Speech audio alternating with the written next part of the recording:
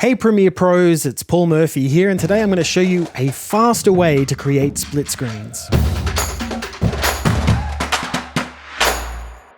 Okay, so I had a job recently where I had to create a lot of different split screens, and I'm going to show you the workflow that I came up with to create these split screens very quickly. In this video, I'm going to show you how to sync your footage, create a layout, crop and resize your footage so that it fits in the screen, and also then align and arrange those screens. The first thing we're going to look at is syncing the footage. And by that, I just mean I have 4 individual shots here, and I want to stack these on top of each other in a timeline. And to do that, I'm going to use a multi-camera source sequence. So what I'm going to do is select all of my clips that I want in this split screen. I'm going to go up to my clip menu, and I'm going to choose Create Multi-Camera Source Sequence.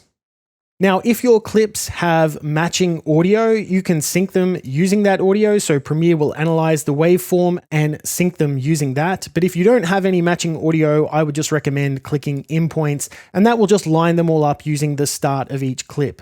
The other thing we want to do is go down to the audio sequence settings and change this from camera 1 to all cameras. And that's going to make sure we have access to all of the audio from all of these clips in our timeline. And then I'll click OK.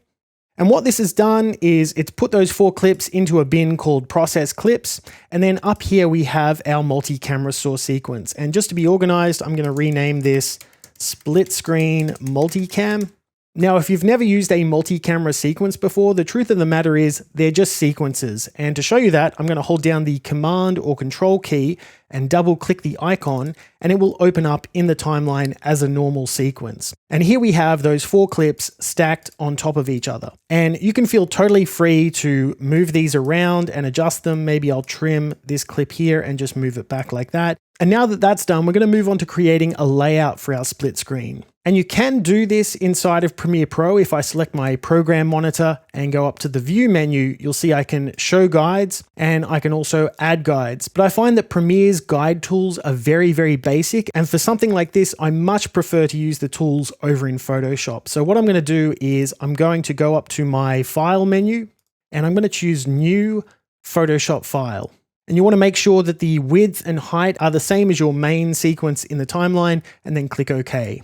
And then I'll choose somewhere to save that file. I'll put it in my media folder, and it will open up inside of Photoshop.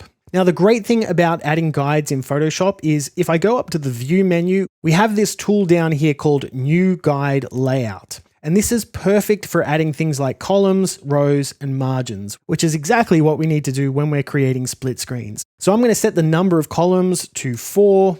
You can add rows if you want, but we don't need to add any rows here. I'm also going to check clear existing guides, so I'm not seeing those guides that we saw before. And I'm also going to add a margin that's about 20 pixels around the outside of the screen, which matches the gutter nicely, which is also 20 pixels, and that's the space in between each of these columns. And very quickly, we've created the layout for our split screen. I'm going to click OK on this.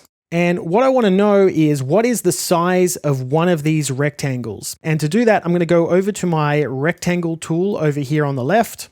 And I'm going to just click and drag from the corner and it will snap to those guides. And now I have a rectangle that's the size of one of my split screens. And I can find out exactly what size this is by going up to the top of the screen and seeing that this is 455 pixels by 1040. And now that I know that, I can go back over to Premiere. I'll go to that split screen multicam that we created, and I'm going to go up to my sequence settings, and I'm going to type in those numbers, 455 by 1040, and I'll click OK. And now our sequence is the right size for our split screen, but there is one problem, and that is that all of our footage is way too big for these dimensions. But there is a very quick way to resize all of these videos, and that is to select them in the timeline, go over to your effects menu, and I'm going to search for the effect Auto Reframe. And then I'm going to click and drag this onto those clips.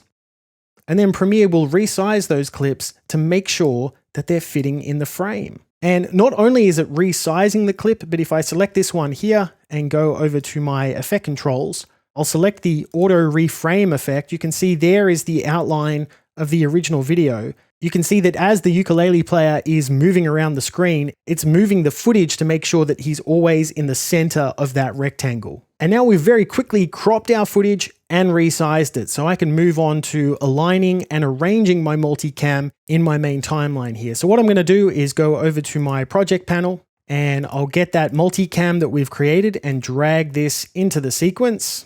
And you can see it's brought in all of the audio of those clips as well. And then I want to make 3 other duplicates of just the video track. So I'm going to deselect it in the timeline, hold down the Option or Alt key, and then just click and drag up to make duplicates of it on the other tracks. And now if we wanted to, we could double click these clips and move them into place on the screen here.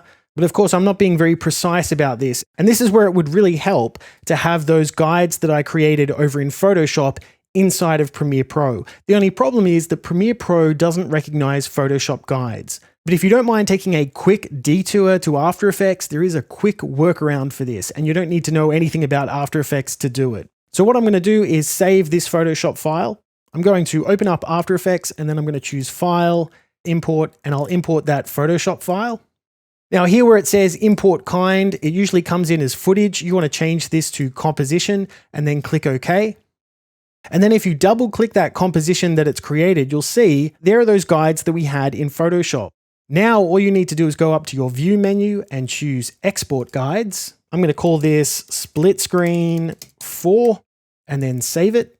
And then I can jump back over to Premiere Pro. I want to make sure I have my program monitor selected. I'm going to go up to my View menu and I'll make sure I have Show Guides turned on. I'm going to go down to my Guide Templates and choose Manage Guides. And in this window here, I can choose Import. There's my split screen 4 guides. I'll choose Open. It's given it a generic name of Imported Guides, so we'll just need to rename this again. And then I can go back up to my View menu, Guide Templates, and choose Split Screen 4. And there are those guides that we created over in Photoshop. And now we can very easily align all of these different screens to those guides. We just want to make sure if we go up to our View menu that we have Snap in Program Monitor turned on. And then we can just double click one of the clips and it will very easily snap to those guides. So then we're done with our layout on screen. I'm just going to turn the guides off. And now we have something that looks like this, which is actually kind of cool having repeats of the singer on screen, but we do have 3 other band members that we want to see here. And this is the whole reason that we did this using the multi-camera source sequence. Is now what I can do is double click one of these squares and I can use the number keys 1 to 4 to change which camera we're looking at here. So if I press 2, we're looking at the drummer, 3, bass player, 4 is the ukulele player. I like that. I'll just click onto the next one and let's make this the drummer. I think I'll keep this one as the singer and just click onto the last one. We'll make it the bass player. If we change our mind about the order of these at any stage, we don't need to start dragging things around again. All we need to do is use those number keys to change the order. And that's it. That's my workflow for a faster way to create split screens. I hope you found this video useful. And if you did, please like and subscribe for more videos like this. Thanks for watching, and I'll see you next time.